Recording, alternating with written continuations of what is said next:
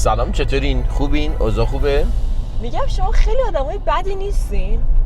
یه کمک نمی‌کنه به ما بکنه تو اسباب کشی. بس شما ویوهای اسباب کشی و خونه دیدن و این پروسه سخت رو برید نگاه کنید. ما ویدیو براتون میذاریم از چیزای دیگه هیچکی نمیبینه. اسباب کشی و پاره شدن رو دوست دارید، نشستین نگاه میکنید همه قسمت ها فلان، بیشتر ویدیو بذار، بیشتر بهمون بگو. یعنی ما تمام وجودمون گرفته ماشین 50 سری برو بیا اینا رو دوست دارین اینا رو ببینین. ناکن زیر پای بی پایین. من پا رفته تو در که وسیله جلوی پامه. خلاصه آدما عاشق اینا هن. مثلا طرف رفته بابا خب داستان زندگیه، تو هم عاشقشی. ویدیو میسازیم میریم جای دیدنی نشون میدیم، اینجوری میکنیم اونجوری میکنیم، در مورد کار و شغل اونا هم میبینن لطف میکنن به ما. آره ولی واقعا انقدر دوست داشتین این ویدیوهای اینو، واسه همین ما گفتیم قبل اسباب کشی بعد اسباب کشی چیدن خونه اصلا دوست داریم با ما بیاین تو خونه و ایرادی هم نداره، تشریف بیارین منزل خودتونه. روز چندمه؟ اگه بخوام از دیروز حساب کنم روز دومه. اگه بخوام از قبل‌تر حساب کنم 2 ماه و 11 روز و 3 ساعت که این ما داریم جا به جا میشیم واقعا. آره و اینکه خیلی جذابه، من دوست دارم، پروسش خوبه، جذابه، تغییر خوبه، آدم فعالیت بدنی میکنه، از یه جایی رو تمیز میکنه، میره به یه جای تمیز میرسه. آفرین. وقتی میری جای بعدی میگه خب اینجا رو دیگه تمیز کابینت و فلان میچینم اینجوری. بعد خونه قبلیت مثلا بعد 4-5 ماه دیگه ول میکنی تمیزی. اولش برات جدیده، اولش مثل ماشین نوئه. هی دستمال میکشی مثل دوست دختر و دوست پسر نو. هی زمین سلام عزیزم صبح بخیر. بعد از یه سال دیگه برای گام شو مثلا بابا من اونجوری نکردم. من تو چرا اینجوری بکنی؟ نه من دوست دختر دوست پسر زن و شوهر فرق داره. دوست دختر بریز دور، زن گرفتی از اون حال هوا بیا بیرون، بریز دور. من اصلا تو اون حال هوا هیچ وقت نبودم، اصلا دوست دختر نداشتی من میدونم.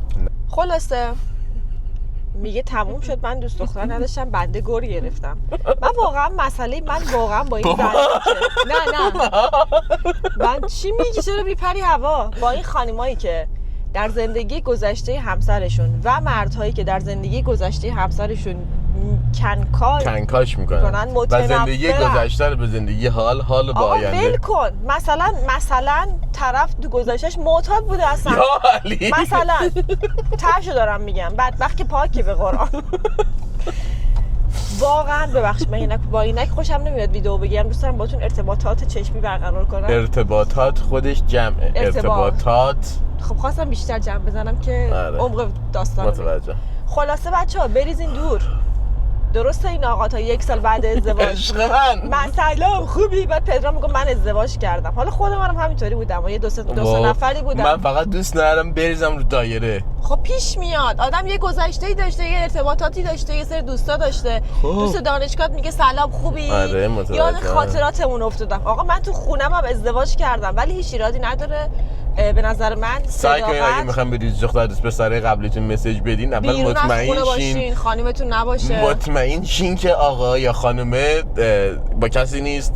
آفرین. مطمئن شین مجرده مردم. آره واقعا مطمئن شین. ولی خب چجوری میشه مطمئن شد؟ یه سری بزن پروفایلش رو نگاه کن ببین قلبی نذاشته. الان والا آدمایی که 30 ساله با هم زن و شوهرم هستن تو پروفایل اینستاگرامشون کاملا مجرد به نظر میاد. من واقعا آدمایی رو میشناسم که ازدواج کردن، بچه دارن، یه عکس از زن و بچه‌شون تو پیجشون نیست. خیلی عجیبه واسه پیج دارن و عکس شخصی تو باشگاه اینا. خب این چه کاری میکنین؟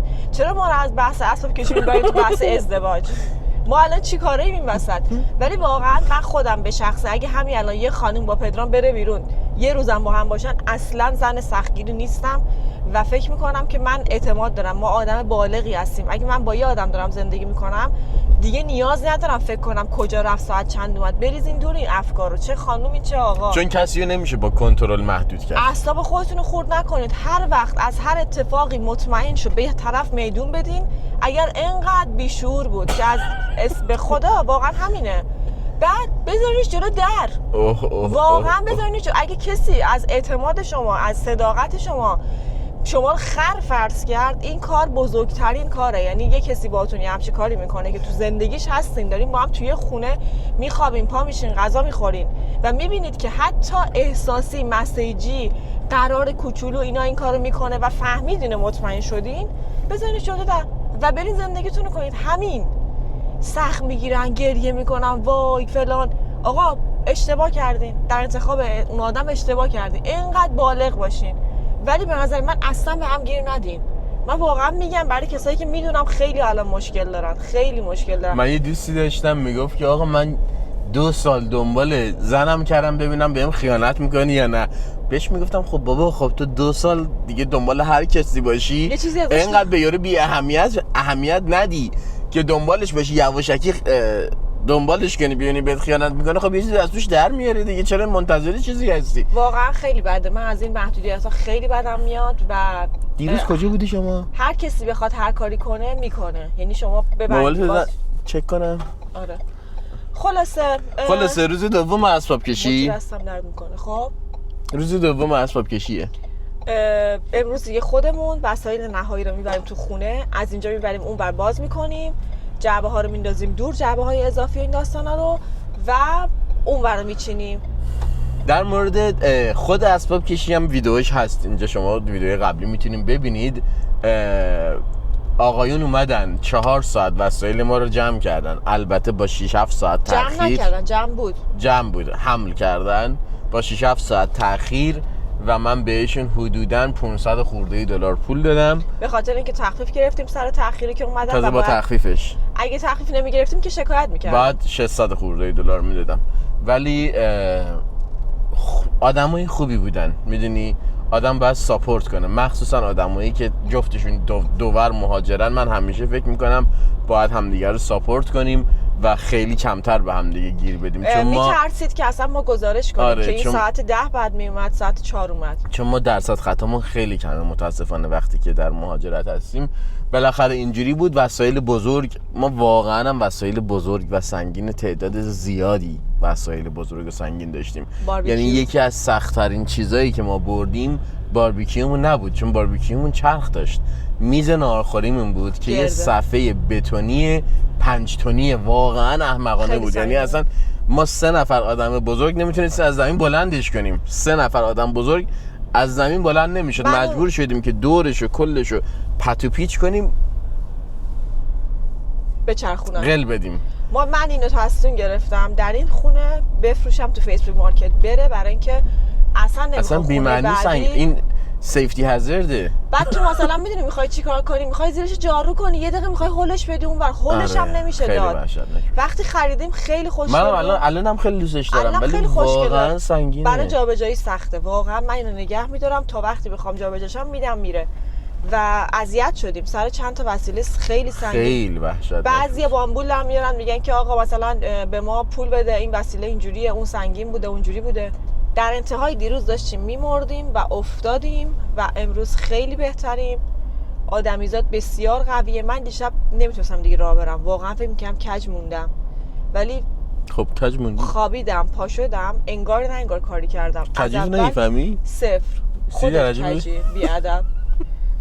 الان بریم خونه دوباره وسیله رو بچینیم. اینو به شما بگم که ما یخچال بعد خالی کنیم برای جابجایی دیگه. بعد خالی می‌کردیم برای جابجایی، ما کل یخچال خالی کردیم و اگه آقایون به موقع می اومدن هیچ مشکلی به وجود نمی اومد، ولی آقایون به موقع نیومدن و ما تمام وسایل فریزر، گوشت مرغ، این داستان ها رو همه رو گذاشتیم تو یخچال کمپمون و فریزر کمپمون. در اصل ما یخچال کمپمون به برق وصل میشه و زدیمش به برق و همه وسایل تو فریزره. الان خدا رو شکر اینجوری سیف موندیم. آره داریم میبریم اینا رو از اینجا بذاریم اونور، گوشت و مرغ و اینامون خراب نشه. و تو این چند وقتم که میدونستیم اسباب کشی داریم چیز زیادی نخریدیم برای فریزر. حالا بریم خونه دیگه خرید ممنوع. آره. دیگه خرید تا پول مول کلا نداریم. الان همه چی ممنوع. همین بریم خونه و ببینیم چه خبره دیگه. خب ما رسیدیم از تو پارکینگ، اینجوری شیک و مجلسی میای تو. هلو خونمون، ما اومدیم، دست پر اومدیم، وسیله آوردیم. آلالا من هر سری که میخوای اینو بزنی نگران اون بالا. نه دیگه الان دیگه نه نگران بشی. الان دیگه موزون در میاری. میزون در میاد. موزون. آره نمیخوره بهش. خب بیا یخچال بگیر به بچه‌ها. خب یخچال رو بهتون نشون بدم. ناکه یخچال کمپ ماست و توش و واقعا از- اگه یخچال کمپ نبود ما نمی‌رسیم بعد همه اینا رو میریختیم بعد دور. میریختیم دور. فقط کلی یه بار دیگه ویدیو تو ماشین نشون بده، یه وانت تو ماشین خیلی داریم. جا میشه بچه‌ها. این ماشین ما در واقع وانته ولی سقف داره، یعنی فورد اینو میزنه رنجرشو از اینجا به بعد بازه تا این ته، دقیقاً ابعاد یکیه. نه ابعاد دقیقاً. اون یکم بزرگتره، 30 سانت یکم بزرگتره. طولانی تره، ولی من به پدرام خیلی دوست داره وانت بخره و یه روزی میخره. ما خیلی قربونت برم دوست بالاخره داره. گفتی یه روزی میخرم. معلومه آدم یه چیزی میخره دیگه، اینم خیلی دوست داشته خریدی. ولی اونی که میخوام بخرم یکم از این بزرگتره. بله میدونم چی میخوای بخری. آره. خیلی باید کار کنی. حالا مونده هنوز. خیلی باید کار کنی برای خرید. اونم جزو از اون هدفاست میدونی. بله هدف خیلی هم نمیگم بچه‌ها لو نره. تقریبا 2-3 برابر این قیمتش، ولی بعضیا فهمیدن چیه. آره. خلاصه این ماشین رو دقیقاً واسه یه همچین روزی خریدیم و برای کمپ. این وسایلای کمپمونه، ما عاشق ما کمپیم. کلی ویدیوی کمپ داریم ولی واسه نذاشتیم. چادر، نمیدونم وسایل بشقاب کمپ، صندلی، میز، دبه آب، اینا رو آماده میذاریم اینجا. هر دفعه خواستیم بریم کمپ میندازیم عقب ماشین، دیگه از آپارتمانم راحت شدیم. بیا من از بچه‌ها یه میدونی دیشب تو خواب چی دیدم؟ چی دیدی؟ خواب دیدم این گلا افتادن، باد زده افتادن، چون رو بالکن خودمون باد که شدید باشه یا اینجوری میشه. من یه سوال از بچه‌ها بپرسم. من اینو میخوام ببرم اونور ولی اینجا سنگه، چجوری ببرم به نظرت؟ میخواد از اینجا اون دره رو باز کنه بره حیاط پشت، ولی سنگیه و حرکت نمیکنه و you never know، شاید حرکت کرد، شاید رفت. ولی من میگم زیرش جعبه بذاریم، سطحش رو یه خورده به قول آقای دیروزی میگه اسموت کنید رد میشه. سبزی خوردنم بچه‌ها گفتیم در چه حاله؟ خودم هلو. سبزی خوردن‌ها یه خورده خسته و پرپرن. چون یکم یکم بهش نرسیدی زن باید من. بیام بهشون رسیدگی کنم، گناه دارن و احتمالاً هم همینجا میذارمشون، چون از این در لاندری میتونم بیام سبزی بکنم. بعد هم سایه است هم نوره، جاش اینجا خیلی خوبه. آره جاش عالی خوبه. شد. اینم براتون پرقدرت تمام سبزیجاتو میکارم براتون. اومدین سبزی تازه هم داشته باشیم. اومدین سبزی تازه داشته باشین. اینم کوچمونه روبرو و همین دیگه. بریم اینا رو پیاده کنیم و آنباکس کنیم. آنباکسینگ خوبه، بستم بده، آنباکسینگ خوبه نیست؟ بله آنباکسینگ خوبه.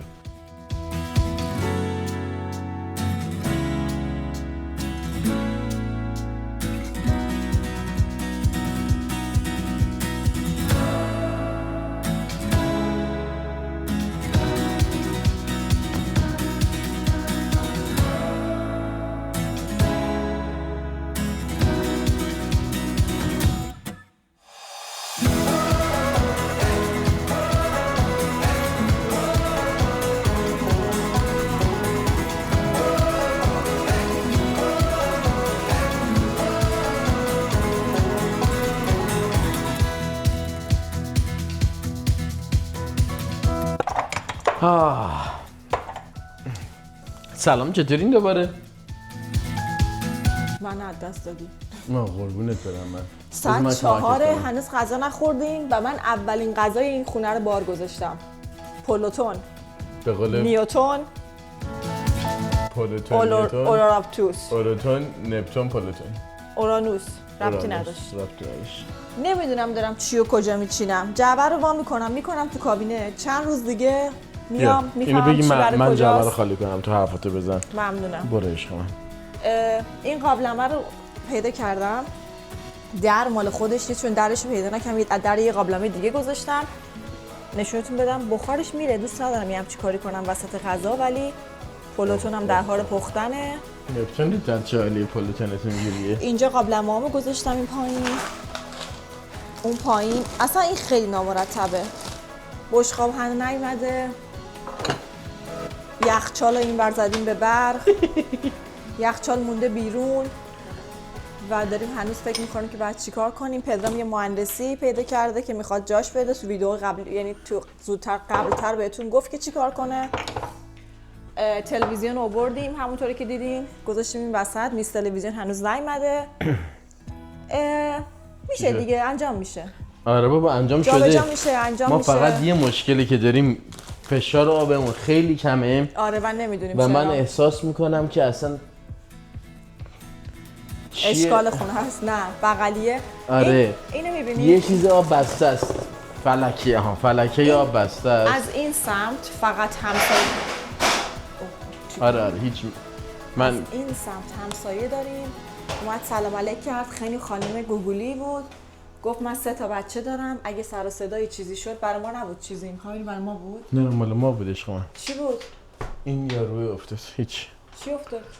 قاب اینی که من در آورده بودم. قاب این بیا نشون میده بچه. اینجا همسایه ها آب گرم کنمونه. آها. و قاب این افتاد. مشکلات خونه داشتن شروع شد. آب گرم کن چیه؟ آب چیه؟ شکست بدرم. از سمت راست شکست. شاید هم شکسته بود. نه شکسته بود. حالا از این بغل ما همسایه داریم و این از الان اومد گفت که اگه سر و صدایی انجام شد بدونید که من 3 تا بچه دارم، بچه کوچولو. اینو میبینم دلم براش کباب میشه، باید بیام بهش رسیدگی کنم و بریم تو. همین داره پیش میره ولی خیلی کاره تا آدم جا بیفته، خیلی کاره.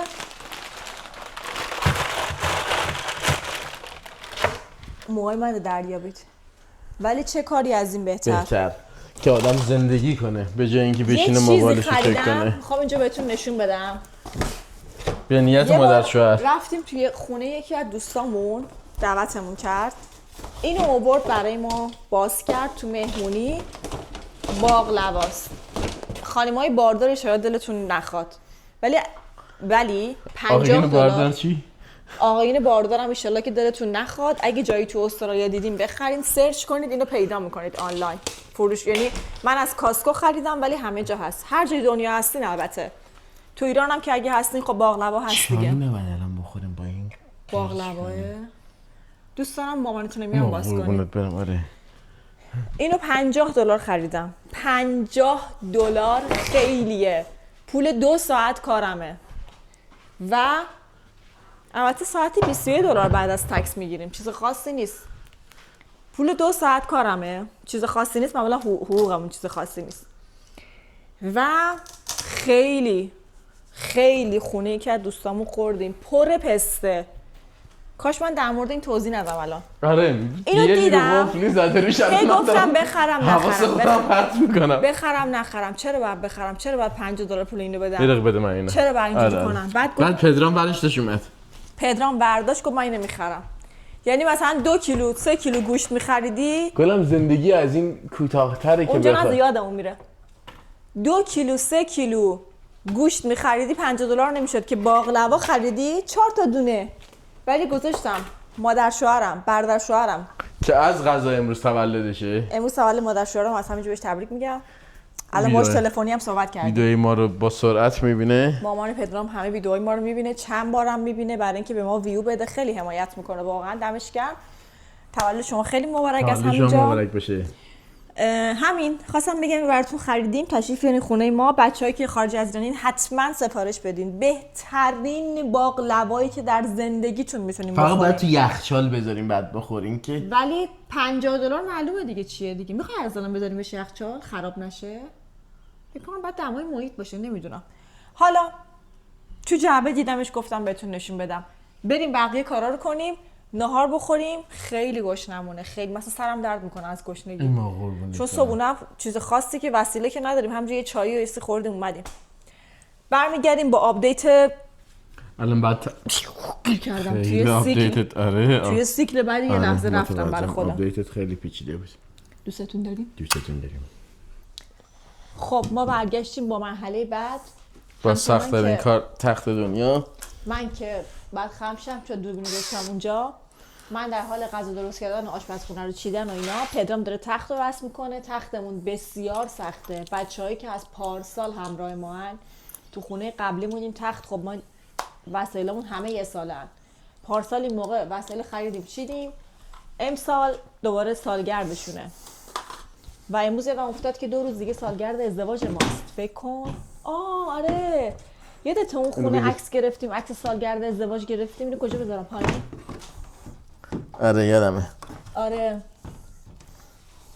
مسئله اینه که چه به موقع اومدم کمک میخواستی. بعد تو همیشه بیایی به موقع است عشق من.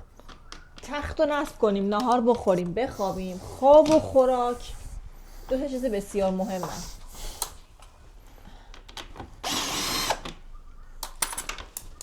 پس اینو بعد یه دقیقه مرسی. ولش فکر کن نه ورش دار. الکی نگه داشتم. آره خواب و خوراک 2 چیز بسیار مهمه. آره یه ذره بخوابیم. بعد تخت رو میدونیم کشیدن، هر جا مثلا فکر کردن که میتونن بکشنش زمین، کشیدن یه جاهایش سیاه شده، کثیف شده که به نظر من حساسیت های آنگونه ای رو باید آدم از بین ببره. به صورت اینگونه هر چیزی عمری داره، کثیف میشه، فلان میشه. من خیلی جدیدن دارم شل میگیرم، به شما پیشنهاد میکنم شل بگیرید زندگی رو. الان مثلا به شما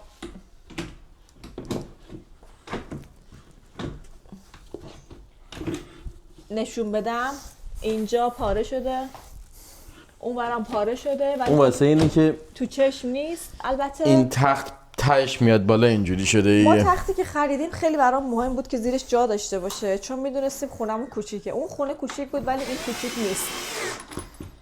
و همین بچه‌ها یه باد خنکی از اینجا میاد. پدرام اینجا هم ویو خوشگل داریم از آسمون. بیایم خدا رو شکر. بشینیم چای بخوریم، یا غروب خوشگل داریم. اون پنجره رو باز کنیم، اینم باز کنیم، قشنگ یه بادی میچرخه و همین تشکم بیاریم بندازیم اون رو. فقط وقت نکردم زیرش رو تمیز کنم، سرامیک و اینا رو، ولی دیگه مهم نیست. دورش رو تمیز میکنیم دیگه خواست خداست. آره. اون تو هم که کمد منه و برم تو اون بچینم حالا یه تایمی. همین دیگه. همه کمد خوبا رو واسه خودت برداشتی؟ هر روزی 3 بار یه چیزی من باید بپرونه. چرا؟ کمد خوبه حال میده اذیتت کردن. من بیچاره. فقط دستشویی در ندار. پرده ها نوعه بچه‌ها. من امروز الان فهمیدم پرده های از تاش مشخصه و بوی نوعی میده. پرده اینجا و پرده حال و پذیرایی در واقع نوعه، ولی خب چه فایده، این که خیلی سیاهه، نمیدونم چیکارش کنم. خب اولین به به غذای خونمون به به. میدونی چی نداریم؟ بشقابا اون بره. بعد تو همین بخوریم. فدا سرت. اوه اوه اوه. عاشق پلوتون ما. به به. پلوتون و نپتون. میشه ببخشید؟ بفرمایید. جاتون خالی. من تون ماهی رو تو خود برنج میریزم، با هم میزنم میپزه و یه دونه تون ماهی توپل پر زیاد میریزم. پرملات. همیشه تو خونم یکی از مشکلاتمون این بود که تون ماهی کم بود. دعوا بود سر تون ماهی. برنجمون همش برنج بود. ولی بعد میگشتی تون ماهی پیدا میکردی. واسه همین دیگه الان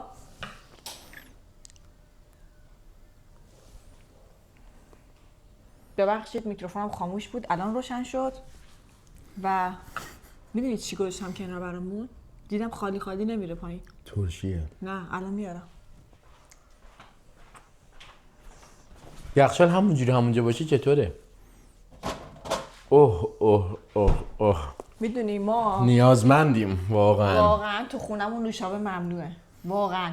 پس چه داریم؟ رستوران اگر رفتیم، رستوران، خونه مهمونی، خونه دوستامون یا مهمون میاد خونمون، در وعده های خودمون نوشابه ممنوعه. الان ما چون تو این خونه مهمونیم میتونیم بخوریم. نه الان واقعا احتیاج داریم. قندمون پایینه. من این صندلی برات بذارم عشق من. قند رو بریم بالا. میام اونجا میخوام بشینم. من لیوان اگه پیدا کنم چیزی بیارم که نوشابه بخوریم. آها اینجاست.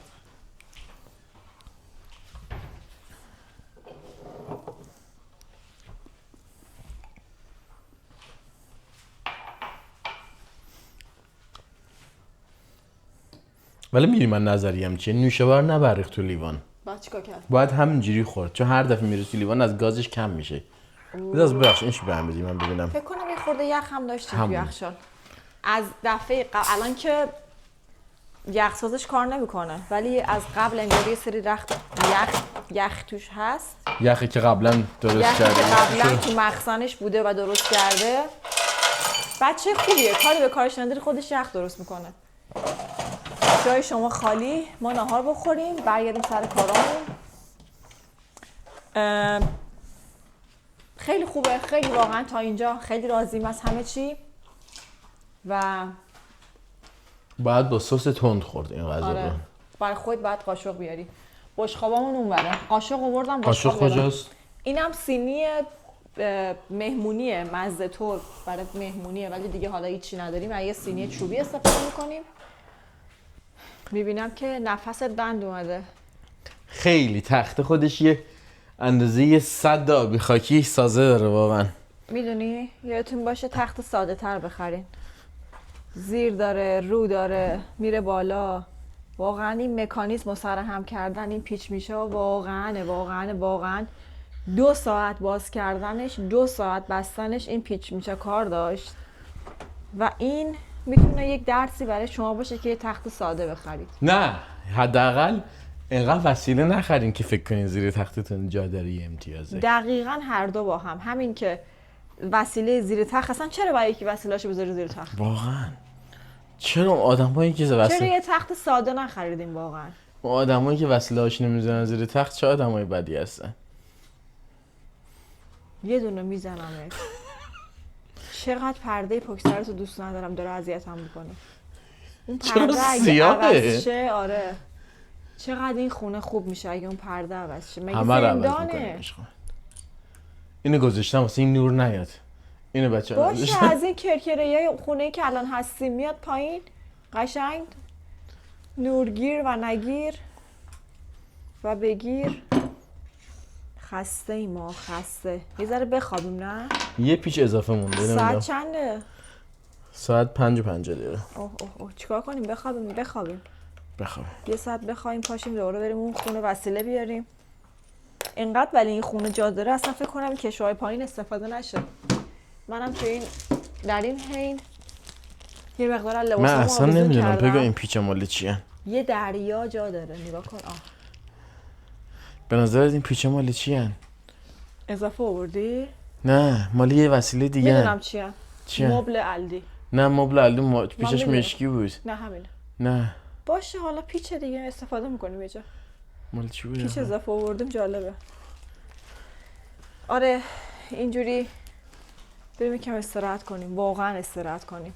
بعد از یه عالمه جابجایی با پدرام گفتیم یه ذره بریم بخوابیم، دراز کشیده بودیم، پاشیم بقیه کارا رو کنیم که دیدیم که برامون گل آوردن. حالا کی آدرس ما رو داره، کی نمیدونم چی جوریه، یهو دیدیم در میزنن یه گل با یه شکلات اومد و اومدم اینجا توی این ویدیو ثبتش کنم، به شما هم بگم که مهربونی چقدر خوبه، چقدر بعضیا مهربونن، چقدر عجیب غریبن.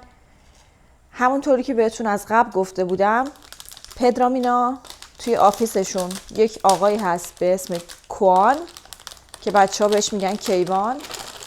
این انسان باید ازش یاد گرفت، واقعا میگم. همیشه پدرام هم که میاد خونه ازش تعریف میکنه. من خودم هم دیدمش، خونمون دعوتش کردم توی اون مهمونی که دوستای خارجیمون اومدن خونمون که خیلی هم دوستشون داشتیم، براشون غذا درست کردم. شما هم خیلی اون ویدیو رو دوست داشتین. کیوان اومده خونمون، برای ما گل فرستاده. پدرام که بهش گفته من دارم میرم خونمون اینجاست و اینا، اونم آدرس رو داشته بدونه که ما بدونیم. آتش خیلی هم بیچاره زنگ زد من بیام کمکتون کنم بار ببرم فلان، ولی آدم از اونجایی که خودش میدونه چیه باید کجا بذاره و اینا، کسی نمیتونه خیلی کمک آدم کنه. ما فکر کردیم که بیچاره ها رو به زحمت نندازیم. بلنده هنوز یا نه؟ نه اوکی. این گلا باز میشن فردا که از خواب پاشی یا پس فردا باز میشن. برای ما گل و شکلات فرستاده. واقعا ویدیومون رو میبینه، از اون دوستای خارجی زبونه که نمیفهمه ولی با ترجمه باورتون میشه گوشیش میذاره کنار تلویزیونشون، ترجمه میکنه، همون لحظه ترجمه رو میبینه و ما رو نگاه میکنه. آره ما الان با تلاش فراوون واسه ویدیوهامون زیرنویس میذاریم به خاطر کیوان، فقط به خاطر کیوان. این آدم ماه اصلا واقعا اولین کسیه که برای من توی استرالیا گل خریده و فرستاده. بعضی وقتا بعضی دوستا واقعا عجیب غریبم. من وقتی مهاجرت کردم یه سری دوستا رو از دست دادم، دوستای عجیب غریب، یعنی کارهای عجیب غریب، فداکاریهای عجیب غریب. به موقع رسیدن، کمکمون کردن تو خیلی اتفاقات، توی شادی‌ها، توی همه چی. و اینجا دوباره اون نوع دوستی رو تجربه کردن با خارجی‌ها و البته ایرانی‌ها. ما خیلی آدم‌ها رو شناختیم، خیلی آدم‌ها چیزی یاد گرفتیم و اینا. کلاً جذاب بود. خیلی من برگام ریخت، برگام به معنای واقعی ریخت. شکلات گذاشتم با چای الان بخوریم. اینم از نمیدونم نمکه چیه، شبیه نمکه. گل آقا که ایوانم نگه می‌داریم. امیدوارم از اینا باشه که زیاد بمونه و من قول میدم ازش نگهداری کنم. همین، بریم بقیه کارا رو بکنیم. مرسی ازت کیوان. اگه یادتون باشه تو اون ویدیو $1 بهتون گفتم اینو خریدم $1. خیلی دوستش دارم و خستگیمون در رفت. یعنی با یه همچین چیز به همین سادگی چجوری به عقل یه آدم میرسه همچی کاری بکنه. من اگه بودم به عقلم نمیرسید برای دوستم که تازه رفته خونه جدید و اولین روز تو خونه جدیدشه یه همچین کاری بکنم. یه همچین عقلی، یه همچین قلب بزرگی رو واقعا خدا به هر کسی داده. خوش به حالش. مهم نیست چقدر بهت پول داده، چقدر بهت موقعیت اجتماعی داده. این شعور و این دل و قلب رو به تو دادن که از اوبر سفارش بدی این گل برام بیاد جلوی در خونه. خدا به هر کسی واقعا نمیده. من تصویر این گل مهربونم برای شما میذارم که ببینید که این انسان چقدر ماهه. گل مهربون گفتم، این آدم مهربون. منظورم از گل مهربون این انسان مهربونه.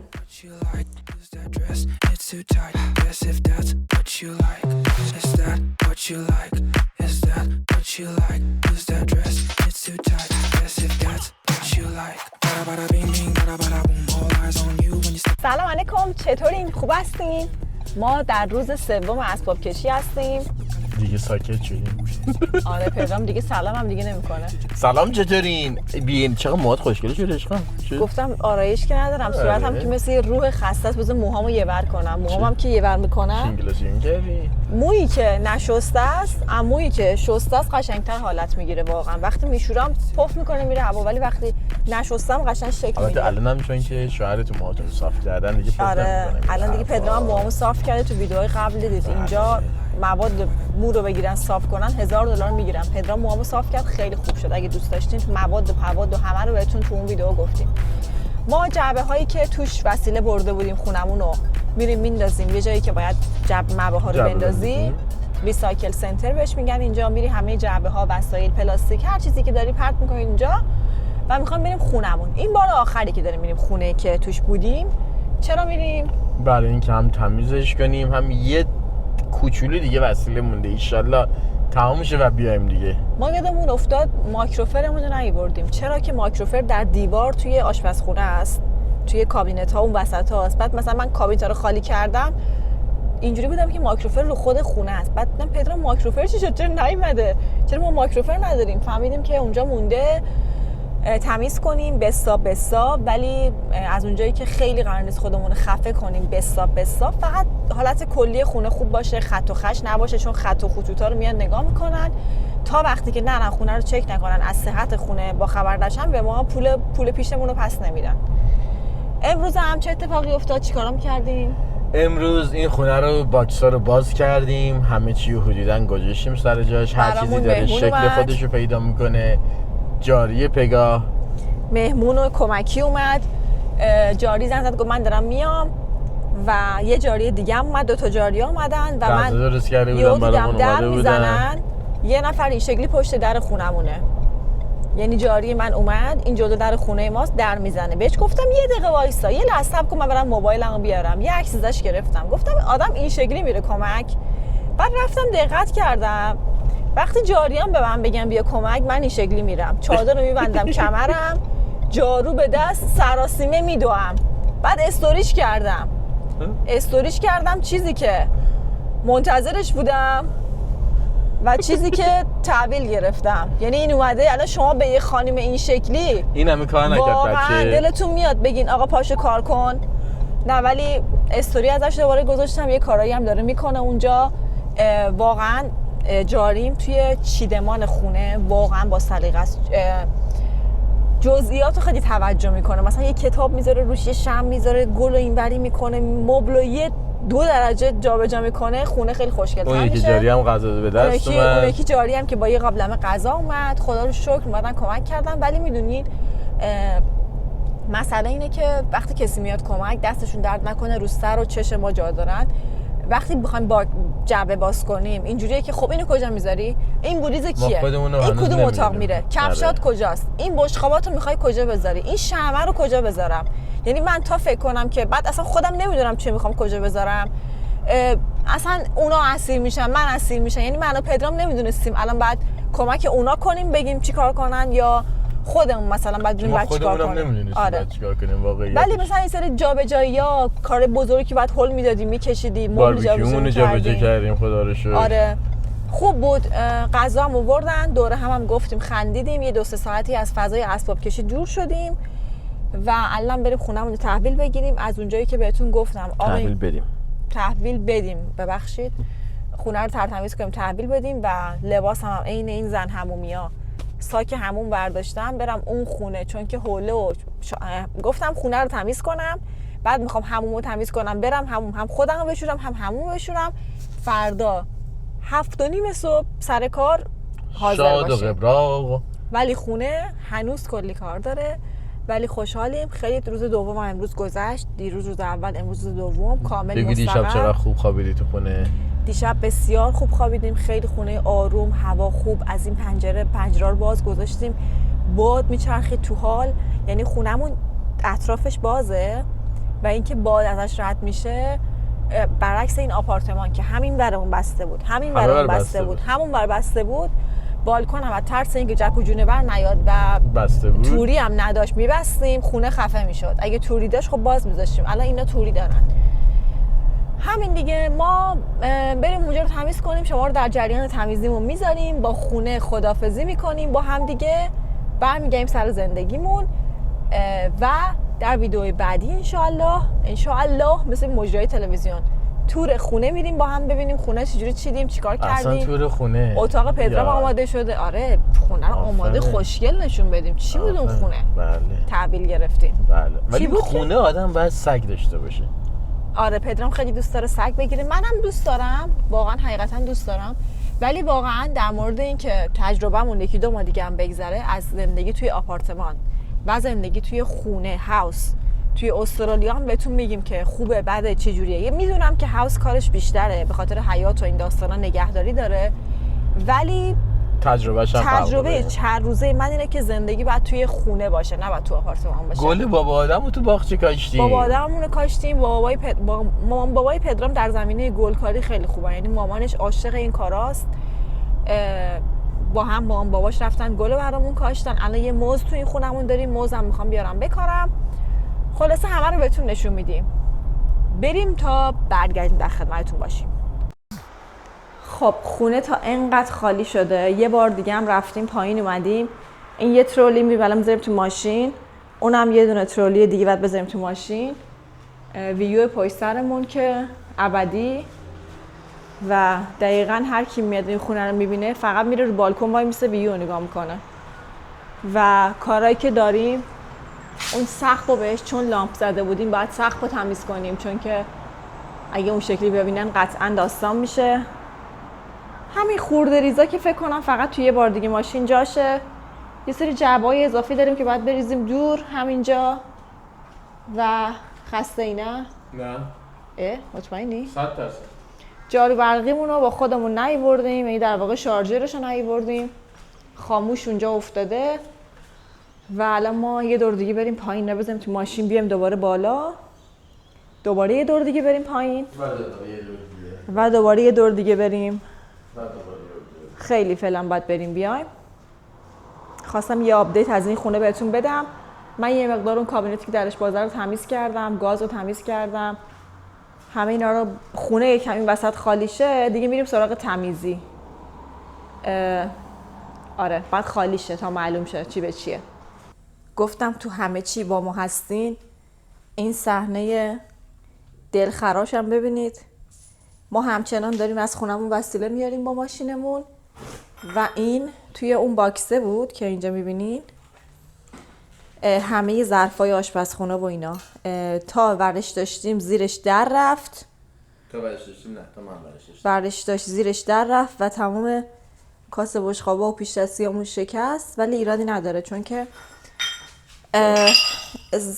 شکستنیه دیگه، اسباب کشی همینه و قابل چیزه ترمیمه، یعنی چیزیه که نه بابا نداره، چیزیه که دوا درمون داره. اینو چیکار کنم بذارم اینجا دیگه. حالا بعد الان جمعشون کنیم اینا رو و خدافظی کنیم با این ست سبز و یه ست دیگه بخریم. تو برو من جمع میکنم. نه بابا انجام میدیم با هم. خب فردا باید بریم پیش دستی بخریم چون تمام پیش دستیامون شکست. لیوان داریم خدا رو شکر. بشقابا چی؟ بشقابمون هست، اینا همه پیش دستی بودن، پیش دستیای کوچیک. تو اون جعبه هم پره دیگه. درست چیزی حمل کنید که بعداً اینجوری نشه. هر کاری رو اشتباه انجام بدی یه جا گریبانتون رو میگیره. همه کار با قشنگ سیفتی درست.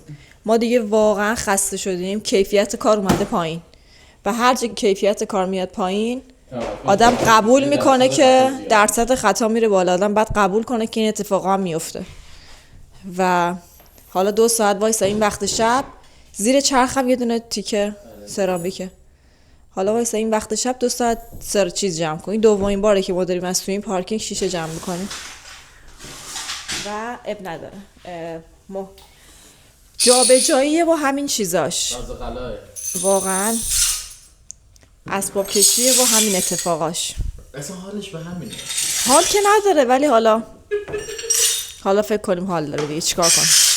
خب ما الان اومدیم این خونه رو تحویل بدیم. امشب ساعت 1-2 ساعت دیگه کلید از همون میخوان و ما خیلی باید مطمئن باشیم که خونه تمیز و مرتبه. اگر که چیزی کثیف باشه از پولی که پیششون داریم برمیدارن و معمولا من فکر میکنم الان که وسط کارم ترجیح میدم سال بعد بدم یه نفر بیاد انجام بده. اگه شما اسباب کشی دارین، خونه ما که کوچیکه ولی واقعا کار سختیه و ما واقعا خودمونم یه جوری داریم تمیز میکنیم که من نشستم زمین، جارو برقی که آورده بودیم شارژ نداره، از این جارو شارژیاست، شارژرش رو اشتباه آوردیم، کلا همه چی تو هم شده میدونی. بعد صندلی‌ها رو همه رو بردیم، چیزی که به اون سقف برسیم سقف رو تمیز کنیم چون به سقف چیزی چسبونده بودیم، از این ریسه ها چسبونده بودیم، لامپ سقفی و الانم اگه ببینین جاش هست ولی از این بهتر پاک نمیشه. تنها مشکل ما این سقفه که اگه اینجا رو نبینه یا اگه ببینه و چیزی بهمون نگه بقیه جاها اوکیه. الان جاروها رو زدیم، آشغالا رفته بیرون، شیشه پاک کردن مونده و اون رو این چیزایی که میبینه چیزای نهایی که باید بره بیرون و کار سختیه میدونی، راحت نیست. یعنی جارو شیشه فلان کارهای راحتی نیست. تازه اون روی بالکنم اینجا رو هم یه جاهایش چون ما باربیکیور داشتیم زغال ریخته، خاک گلدون ریخته، کار زیاده. بعد تازه از سر کار اومدیم یه دست لباس تو کیفمون گذاشته بودیم. خیلی پنجره است به نظرم. آره نه حساس نشو، کشیدی کافیه، خیلی کثیف نبود ولی من رفتم از اون ور بین چیزی کشیدی با چیزی نکشیدی خیلی فرق نیست. نه تمیز بود، خیلی خاک نگرفت. حالا یه دور سطحی برو، نمیخواد خیلی خودت اذیت، یعنی یه دور اینجوری منظور که هی بستابی نکن. بعد ما هم یه جوری که واقعا وسواس داریم به خرج میدیم، انقدر که همه بهمون گفتن که آخر سر این پولو بخواین نخواین ازتون میگیره که بده یه نفر دیگه تمیز کنه. واسه همین ما خودمون خیلی تمیز کردیم. صبح از ساعت 6:30 سر پاییم رفتیم سر کار، اومدیم ساعت 5:30 غروب رسیدیم اینجا. الان ساعت 6:45 نه چنده؟ 7 نشون میده که 1 ساعت و نیم کار کرد. 1 ساعت و نیم کار کردیم و هنوز هم مونده. من دستشویی همو داشتم تمیز میکردم. راه آب میگن، اونو برمی‌دارم ببینم توش مو هست نیست، داستان چیه. برای سال بعد، خونه بعد ایشالله که سال بعد نریم همونجا باشیم، ولی اگه بخوام برم قطعاً میدم کسی تمیز کنه. کار راحتی نیست، همه جای آدم میگیره. این به حسابا مثل یه عید دیدی خونه تکونی میکنی، مثل اونه. واقعا سخته، خیلی سخته. بابا عید خونه رو خالی نمیکردن، اینجوری میکردن. پدرام میگه شبیه عید نیست، ولی برای من یه خونه رو تو 2 ساعت تمیز کردن کار سختیه، میدونی؟ تو یه خونه رو به مرور همه جاش رو تمیز میکنی ولی توش باشی. ما هیچ وقت نکردیم. ما یه سالی که اینجا بودیم اینجوری نسابیدیم که الان داریم تحویل میدیم.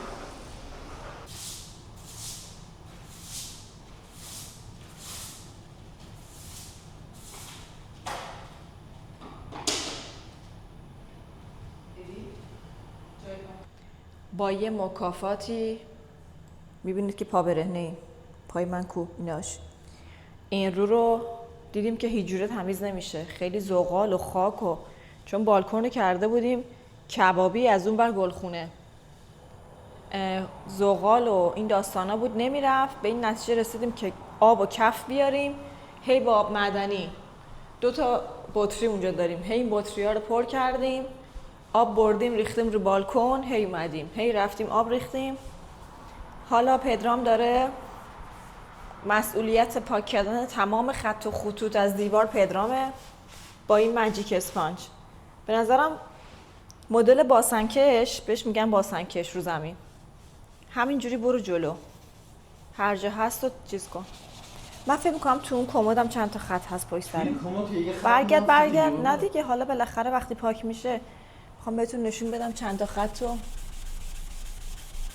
قوت بازو میخواد واقعا. آره من اینجا رو جارو زدم، خاکای این قرنیزا رو گرفتم، این لبه دست کشیدم، این لبه های پیریزا. الان فقط شیشه این اتاق مونده و همین کاری که پدرام داره میکنه، خط و خطوطا. قرار شد از اتاقا بیایم بیرون. حتی این لبه این چیزم من تمیز کردم. قرار شد از اتاقا بیایم بیرون بریم سمت هال. میدونی تنها چیزی که الان من اذیت میکنه این که الان داریم اینجوری تمیز میکنیم نیست، این که فردا باید برم سر کار بریم. این موضوع ناراحت میکنه منو. به این نتیجه رسیدیم که کف دستشویی رو پدرام میگه مثل همون رو بالکن آب بگیریم اینجوری تمیز کنیم بریم. خیلی هم راحت تره تا تی بکش 50 بار. یه آب میگیریم، آشغالا رو هدایت میکنیم اونوری. الان بهتون نشون میدم چجوری، کاری نداره، با من باشید.